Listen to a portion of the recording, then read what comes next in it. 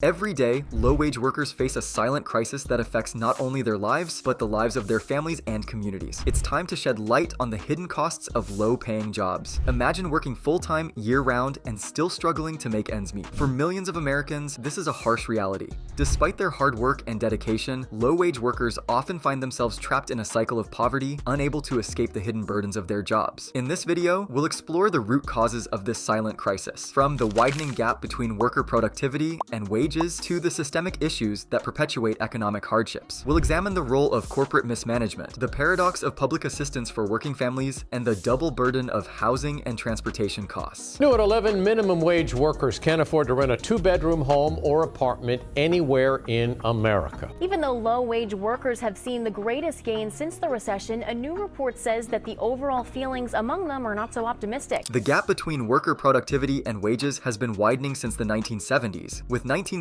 marking a significant turning point. Between 1979 and 2020, worker productivity grew by 61.8%, while wages only increased by 17.5%. This disparity is even more pronounced for low-wage workers, who have seen their wages stagnate while the top 1% experienced a staggering 179.3% wage growth during the same period. The consequences of this widening gap are felt acutely by low-wage workers and their families. Despite working hard and contributing to the economy, they find themselves struggling to make ends meet. The notion of the American dream, where hard work leads to prosperity, seems increasingly out of reach for these essential workers. Factors such as automation, globalization, and the decline of unions have contributed to this growing divide. However, it's crucial to recognize that this trend is not inevitable. Policy choices and corporate decisions have played a significant role in shaping the current landscape, and they can also be leveraged to create a more equitable future for low-wage workers. As we explore the hidden costs of low-paying jobs, it's essential to keep the productivity-wage gap in mind. This disparity lies at the heart of the challenges faced by low-wage workers and underscores the need for systemic change. Let's dive deeper into the struggles faced by low-wage workers. Corporate mismanagement. While companies often blame external factors for their inability to attract and retain frontline workers, the truth is that their own misguided practices are at the root of the problem. Many low-wage workers are actually dedicated to their jobs, with 51% having worked at their company for 4 years or more. However, underinvestment in these employees and harmful management practices lead to high turnover rates and a perpetual cycle of worker struggles. Corporations fail to recognize the value that low-wage workers bring to their organizations, treating them as easily replaceable commodities rather than essential contributors. This mindset leads to a lack of investment in training, development, and support for these workers, further exacerbating the challenges they face. Moreover, the casual disparagement of low-wage workers by society at large has contributed to a culture where these workers are assumed to be unintelligent and undeserving of fair wages and treatment. This pervasive attitude has allowed corporations to continue their mismanagement practices without facing significant public backlash. The consequences of corporate mismanagement extend beyond the workers themselves, affecting their families and communities. When low-wage workers are unable to make ends meet despite their hard work, they are forced to rely on public assistance programs, creating a paradox where taxpayers subsidize the wages that corporations refuse to pay. It is time for corporations to recognize their role in perpetuating the struggles of low-wage workers and take action to address these issues. By investing in their frontline employees, providing fair wages and benefits, and creating opportunities for growth and development, companies can not only improve the lives of their workers but also enhance their own bottom line through increased productivity and reduced turnover. The public assistance contradiction is a stark reminder of the hidden costs of low-paying jobs. It is troubling to see that many low-wage workers are forced to rely on public assistance programs despite being employed full-time. In California alone, working families comprise 53% of the families enrolled in at least one of the 10 largest public assistance programs in 2002. These families received a staggering $10.1 billion